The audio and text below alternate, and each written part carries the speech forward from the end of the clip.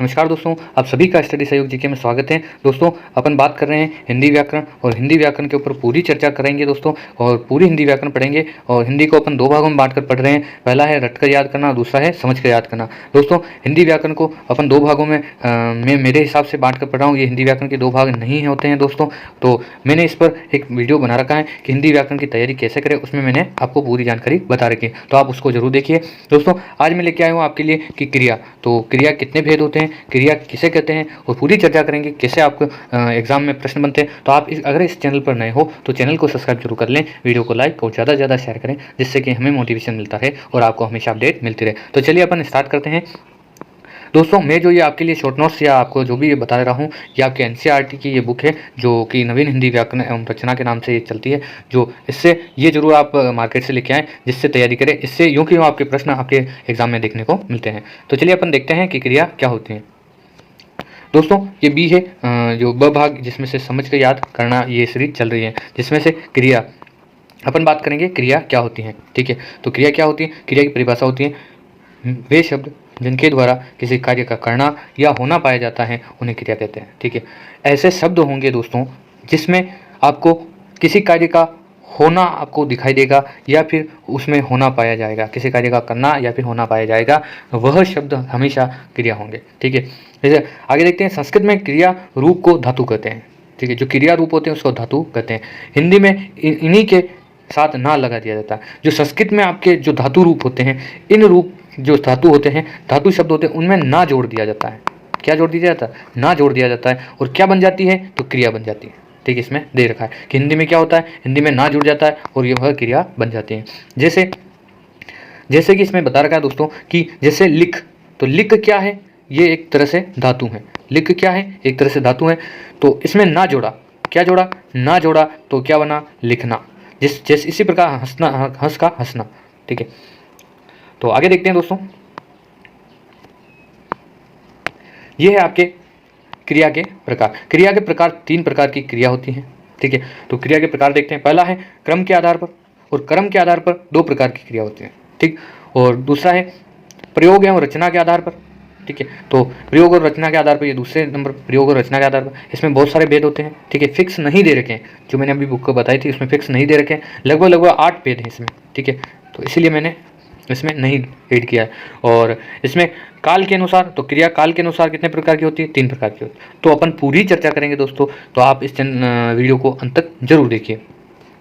दोस्तों, पहला आता है अपने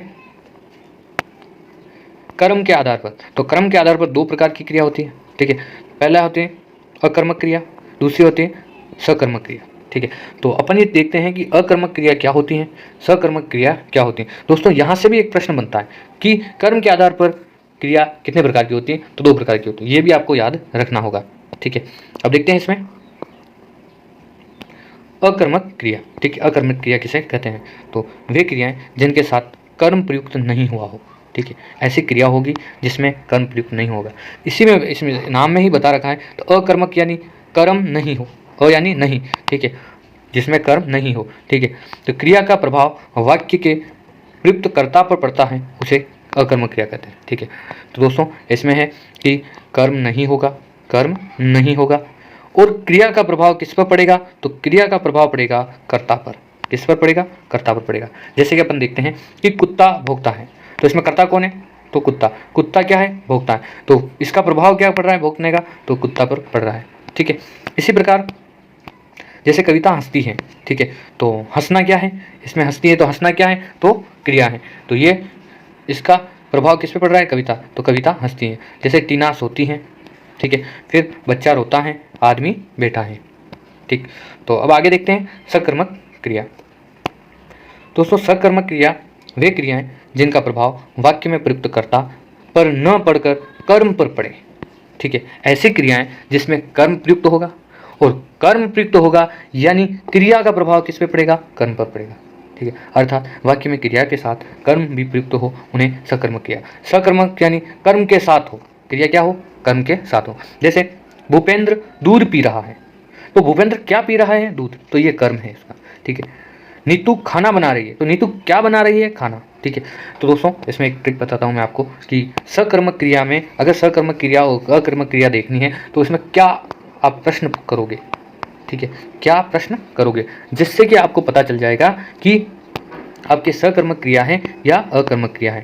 तो क्या प्रश्न करोगे जिससे आपको पता चल जाएगा, जैसे कि अगर सकर्मक है तो सकर्मक में आप भूपेंद्र दूध पी रहा है तो भूपेंद्र क्या पी रहा है, तो दूध पी रहा है, ठीक है, तो ये सकर्मक होगी, ठीक है। अगर इसमें क्या का आंसर नहीं आता है आपके पास तो ये क्या होगी, अकर्मक क्रिया, ठीक है। जैसे कि इसमें देख लेते हैं अपन, ठीक है, तो इसमें देखते हैं दोस्तों कि जैसे अकर्मक क्रिया, तो इसमें क्या अगर शब्द जोड़ते हैं, जैसे कुत्ता भौंकता है तो कुत्ता क्या भौंकता है, पता नहीं क्या भौंकता है, इसका आंसर नहीं आ रहा है, ठीक है, तो उत्तर नहीं आ रहा है, तो यानी आपके क्या होगा, अकर्मक क्रिया होगा। और अगर आपके आंसर आता है यानी आपकी क्या होगा, सकर्मक क्रिया होगी, ठीक। अब आगे देखते हैं दोस्तों, ये है आपके प्रयोग तथा संरचना के आधार पर, ठीक है। तो क्रिया का प्रयोग और संरचना के आधार पर कितने प्रकार की होती है, तो वाक्य में क्रियाओं का प्रयोग कहाँ किया जा रहा है, किस रूप में किया जा रहा है, उसके आधार पर भी क्रिया के निम्न भेद होते हैं, ठीक है। तो निम्न यानी बहुत सारे भेद होते हैं, लेकिन इस किताब में 8 बता रखे हैं, ठीक है, तो इसमें कोई संख्या फिक्स नहीं है, ठीक है, फिर भी अपन 8 पर चर्चा करेंगे दोस्तों। तो देखते हैं, पहला है आपके सामान्य क्रिया, ठीक है। तो सामान्य क्रिया है जिसमें जब किसी वाक्य में एक ही क्रिया का प्रयोग हुआ हो, ठीक है, एक ही क्रिया का प्रयोग हुआ हो, उसे सामान्य क्रिया कहते हैं। जैसे कि महेंद्र जाता है, संतोष आई, ठीक है, तो जाता है और आई है, तो यानी एक ही क्रिया का प्रयोग किया गया है। संयुक्त क्रिया यानी जो क्रिया दो या दो से अधिक भिन्नार्थक क्रियाओं के मेल से बनी हो उसे संयुक्त क्रिया कहते हैं। संयुक्त क्रिया में क्या होगा, दो क्रियाएं होगी, ठीक, दो से अधिक होगी। जैसे जया ने खाना बना लिया, ठीक है, बना और लिया। जैसे हेमराज ने खाना खा लिया, खाना खाना और लिया, तो ये क्या है, आपके दो संयुक्त क्रिया आएगी। फिर अपन देखते हैं, इसमें तीसरे में है आपके प्रेरणार्थक क्रिया और पूर्वकालिक क्रिया, ठीक है। दोस्तों यहाँ से प्रश्न आता है, फिर बोल रहा हूँ आता है, ठीक है। आपको एक वाक्य दिया जाएगा और उसमें बताया जाएगा, आपको बोला जाएगा कि आपकी क्रिया कौन सी बताइए, ठीक है। ऐसे प्रश्न आए हुए हैं दोस्तों, और मैं आपके लिए सीरीज भी लेके आऊँगा कि विगत परीक्षा में आए हुए प्रश्नों की और कैसे प्रश्न को सोल्व करना है, ठीक है। तो देख लेते हैं इसमें कि प्रेरणात्मक क्रिया किसे कहते हैं, ठीक है। तो प्रेरणात्मक वे क्रियाएं जिनके कर्ता स्वयं न करके दूसरों को क्रिया करने के लिए प्रेरित करते हैं, ठीक है। प्रेरणात्मक प्रेरणा देते हैं दूसरों को, वो क्रिया खुद नहीं करके दूसरों को करेंगे, ठीक है, प्रेरणा देंगे, उन क्रियाओं को प्रेरणात्मक क्रिया कहते हैं। जैसे दुष्यंत हेमंत से पत्र लिखवाता है, तो दुष्यंत क्या करता है, हेमंत से लिखवाता है, वो खुद नहीं लिख रहा है, ठीक है, तो प्रेरणात्मक। कविता सविता से पत्र पढ़वाती है, तो कविता खुद नहीं पढ़ रही है, दूसरों से पढ़वा रही है, तो ये क्या होगी, प्रेरणात्मक, ठीक है। फिर आता है पूर्वकालिक क्रिया, ठीक है। जब किसी वाक्य में दो क्रियाएं प्रयुक्त हुई हो तथा उनमें से एक क्रिया दूसरी क्रिया से पहले संपन्न हुई हो, तो पहले संपन्न होने वाली क्रिया पूर्वकालिक क्रिया कहलाती है, ठीक है। तो जैसे ही आपके क्या एक क्रिया संपन्न होते हैं तो उसके बाद आपकी एक और क्रिया आ जाती है। जैसे कि देखो इसमें दे बता रखा है कि एक क्रिया दूसरी क्रिया से पहले संपन्न हुई हो, ठीक है, तो यानी इसमें दे रखा है आपके कि महेंद्र पढ़कर सो गया, ठीक है, तो सोया वो कब सोया, कि पढ़कर सोया, तो पहले उसने क्या किया, पढ़ना, तो पढ़ने का काम करके फिर सो गया, ठीक है। तो यहाँ सोने से पूर्व क्या हो रहा है आपके, तो पढ़ने का कार्य हो रहा है, तो पूर्वकालिक क्रिया क्या होगी, तो पूर्व क्रियाकालिक क्या होगी, तो पढ़कर, जो पढ़कर सोया हो, तो पढ़ना क्या है, एक पूर्वकालिक क्रिया है, ठीक। अब आगे देखते हैं दोस्तों, ये है आपके पांचवा, जो कि धातु नाम क्रिया। वे क्रियापद जो संज्ञा सर्वनाम विशेषण आदि से बतलाते हैं उन्हें नाम धातु कहते हैं, ठीक है। जैसे इसमें क्या होगा, संज्ञा होगी, सर्वनाम होगा, विशेषण होगा, ठीक है। जैसे रंगना, लजाना, अपनापन, गरमाना, चमकाना, गदगदाना, ठीक है। तो ये क्या हो गए, ये नाम धातु क्रिया है, ठीक है। फिर आगे देखते हैं कृदंत क्रिया। दोस्तों आप इसमें नोट्स भी बना सकते हैं दोस्तों, मैं विस्तृत और अच्छे से नोट्स के रूप में ही मैं ये चीज़ें लेके आ रहा हूँ, तो आप इसमें से नोट्स भी बना सकते हैं, ठीक है। तो अपन देखते हैं कृदंत क्रिया क्या हो, वे क्रियापद जो क्रिया शब्दों के साथ प्रत्यय लगने पर बनते हैं उन्हें कृदंत क्रिया कहते हैं। जैसे चल से चलना, ठीक है, चलता, चलकर, लिख से लिखना, लिखता और लिखकर, ठीक है, तो ये क्या होगी, कृदंत क्रिया होगी, जो कि क्रियापद से क्रिया शब्दों के साथ प्रत्यय लगने से, अगर प्रत्यय लगाकर, जैसे चल के आगे अपन प्रत्यय जोड़ते हैं, तो प्रत्यय लगाकर अगर कोई सी भी क्रिया बनती है तो ये वो क्या होगी, कृदंत क्रिया होगी। अब आगे देखते हैं दोस्तों, आगे सजातीय क्रिया, ठीक है। और सजातीय क्रिया है, सजातीय क्रिया में वे क्रियाएं जहां कर्म तथा क्रिया दोनों एक ही धातु से बनकर साथ प्रयुक्त होती हो उन्हें अपन क्या कहते हैं, सजातीय क्रिया कहते हैं। जैसे कि भारत ने लड़ाई लड़ी, तो वे क्रिया जहाँ कर्म तथा क्रिया दोनों एक ही धातु से बनी हो। जैसे इसमें क्या भारत ने क्या लड़ी, तो लड़ाई लड़ी, तो ये क्या है, कर्म, और ये क्या है, क्रिया। लेकिन दोनों इसमें बता रहा है दोनों धातु एक ही धातु से बनी हो, तो लड़ना, ठीक है, लड़ना, तो लड़ना, तो लड़ना अगर हटा दें तो लड़, ठीक है, ये क्या है, एक धातु है जो कि ना लगेगा तो क्रिया बनेगी, और जिसमें लड़ाई और लड़ी, तो ये दोनों एक ही धातु के हैं, ठीक है। तो उसमें क्या होगा, सजातीय क्रिया, इसको क्या बताएंगे, सजातीय क्रिया। सहायक क्रिया, किसी भी वाक्य में मूल क्रिया की सहायता करने वाले पद को सहायक क्रिया कहते हैं। जैसे रविंद्र पढ़ता है, भानु ने अपनी पुस्तक मेज पर रख दी, ठीक है। और उक्त वाक्य में है और दी जैसे सहायक क्रिया है, ठीक है। तो इसमें कहते हैं क्रिया, जैसे कि इसमें देखो पहला बता रखा है इसमें कि आपके जो पहला बता रखा है कि अरविंद पढ़ता है, ठीक है, तो पढ़ना क्रिया होगी, लेकिन इसके साथ में जो लग रहा है ये भी क्या है, एक सहायक क्रिया है, ठीक है, जैसे कि इसमें है और दी दे रखा है। अब आगे देखते हैं दोस्तों, अब आता है आपके काल के अनुसार। काल के अनुसार 3 प्रकार के क्रिया होती हैं, ठीक है। तो पहला है आपके भूतकाल की क्रिया और दूसरा है वर्तमान काल की क्रिया, ठीक है। तो जिसमें से तीसरा है आपके भविष्यकालीन क्रिया, ठीक है। तो अपन पूरी इसमें देखते हैं कि पूरी इसमें परिभाषा क्या है और पूरी चर्चा करते हैं दोस्तों। भूतकालिक यानी बीता हुआ, भूतकाल यानी बीता हुआ, ठीक है। तो क्रिया का वह रूप जिस द्वारा बीते समय का भूतकालिक कार्य के संपन्न होने का बोध कराते हैं, ठीक है। भूतकाल यानी बीता हुआ काल, ठीक है। जैसे सरोज गई तो चली गई, ठीक है, सरोज चली गई। सलीम पुस्तक पढ़ रहा था, तो पहले पढ़ रहा था, अभी पता नहीं क्या कर रहा है, पहले पढ़ रहा था, यानी क्रिया पहले की है। सरोज गई यानी चली गई, वो कब गई, तो भूतकाल में गई, ठीक है, तो भूतकालिक क्रिया होगी। फिर आता है वर्तमानकालिक क्रिया, जिसमें क्रिया का रूप उसके द्वारा वर्तमान समय में संपन्न हो रहा।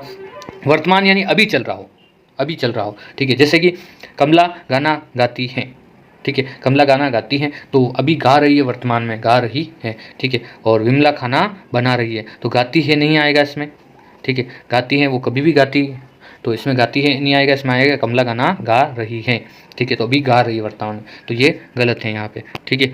तो इसमें ये प्रिंटिंग मिस्टेक है दोस्तों, तो इसमें क्या आएगा, गाना गा रही है, तो रही है आएगा, रही है। और इसमें विमला खाना बना रही है, तो अभी बना रही है यानी वर्तमान काल, ठीक। तो आपको हमेशा आपको तो यही ध्यान रखना है कि भूतकालिक क्रिया यानी बीता हुआ, वर्तमानकालिक यानी अभी चल रहा है। तो कोई भी काम ऐसा जो भूतकाल बीत गया है तो उसमें भूतकालिक क्रिया होगी, और अभी चल रहा है काम तो उसमें वर्तमानकालिक क्रिया होगी। बस इतना सा आपको ध्यान रखना है।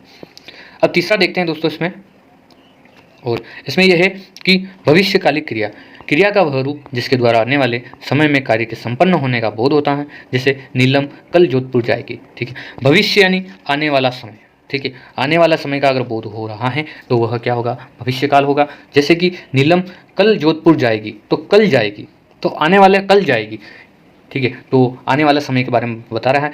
अशोक पत्र लिखेगा, तो पत्र लिखेगा, कब लिखेगा पता नहीं, लेकिन अब लिखेगा, तो आने वाले समय में लिखेगा, तो यानी उसमें भविष्यकालिक क्रिया होगी। दोस्तों अपन ने इस पर पूरी चर्चा की है, जिसमें से आपके अपने बात की कि काल के अनुसार क्रिया पर अपन पूरी बात चर्चा की दोस्तों। और इसमें अपन ने इस पर चर्चा की कि प्रयोग और संरचना के आधार पर अपन ने चर्चा की है दोस्तों, ठीक है, प्रयोग और संरचना के आधार पर चर्चा की, जिसमें से आपको 8 भेद मैंने बताए हैं, ठीक है। और इसमें से और अपन ने सकर्मक और अकर्मक जो क्रिया के आधार पर, कर्म के आधार पर अपन ने चर्चा की। और क्रिया के कितने 3 भेद होते हैं दोस्तों, और 3 भेद में से कर्म के आधार पर क्रिया, प्रयोग और संरचना के आधार पर क्रिया, और काल के अनुसार क्रिया, इस पर अपन ने चर्चा की। क्रिया क्या होती है इस पर चर्चा की दोस्तों। तो ये आशा करता हूँ कि ये सीरीज़ आपको पसंद आई होगी दोस्तों, और आप इसमें नोट्स बना सकते हैं दोस्तों, और इसमें अच्छे से तैयारी कर सकते हैं दोस्तों। आपको कैसा लगा वीडियो आप कमेंट करके ज़रूर बताएं दोस्तों, और आप इसको इसको ज़्यादा से ज़्यादा शेयर करें, जिससे कि जो भी आपके फ्रेंड है उसको ये सीरीज़ का पता चल सके और ये सीरीज़ उनको भी आप वीडियो बता सकते हैं और उनकी भी तैयारी अच्छी हो सकती है दोस्तों। तो आप ज़्यादा से ज़्यादा इस सीरीज़ को ज़रूर शेयर करें। और मैं आपके लिए जो नोट्स लेके आ रहा हूँ, ये इस किताब से लेके आ रहा हूँ। ये किताब आप मार्केट से ज़रूर लाइएगा, या फिर आपके अगर आसपास कोई 12वीं की स्कूल है तो वहाँ से भी आप लेके आ सकते हैं। तो ये पुरानी किताब है जो कि अभी नई वर्तमान में नहीं चल रही है, नई नहीं लानी है। ये आप स्क्रीनशॉट ले लें। इसको अगर आप मार्केट में जाएंगे और बुक डिपो पर अगर बताएंगे तो वहाँ पर आपको ये उपलब्ध हो जाएगी। इसमें फ्रंट पेज अलग आएगा, लेकिन आपको ये यूँ कि यूँ आपको ये मिल जाएगी दोस्तों, ठीक है। तो इसमें से आपके उदाहरण यूँ क्यों मिलते हैं दोस्तों, फिर बोल रहा हूँ 100% आपके इसमें से ही मिलते हैं दोस्तों उदाहरण, ठीक है। तो ये लाइएगा, इसमें से आपको बहुत सारे प्रश्न देखने को यूँ क्यों मिलेंगे। दोस्तों आपको जैसा ही पता है कि अपन हिंदी व्याकरण की तैयारी कर रहे हैं, पूरी हिंदी व्याकरण पढ़ेंगे। इस सीरीज से जरूर जुड़िए। और हिंदी को अपन 2 भागों में बांट कर पढ़ रहे हैं, और इसमें 2 भाग ये इस पर मैंने एक वीडियो बना रखा है दोस्तों, हिंदी व्याकरण की तैयारी कैसे करें, वो वीडियो ज़रूर देखिएगा। तो मिलते हैं कुछ नई जानकारी के साथ, नए आगे टॉपिक के साथ। आप सभी का बहुत बहुत धन्यवाद।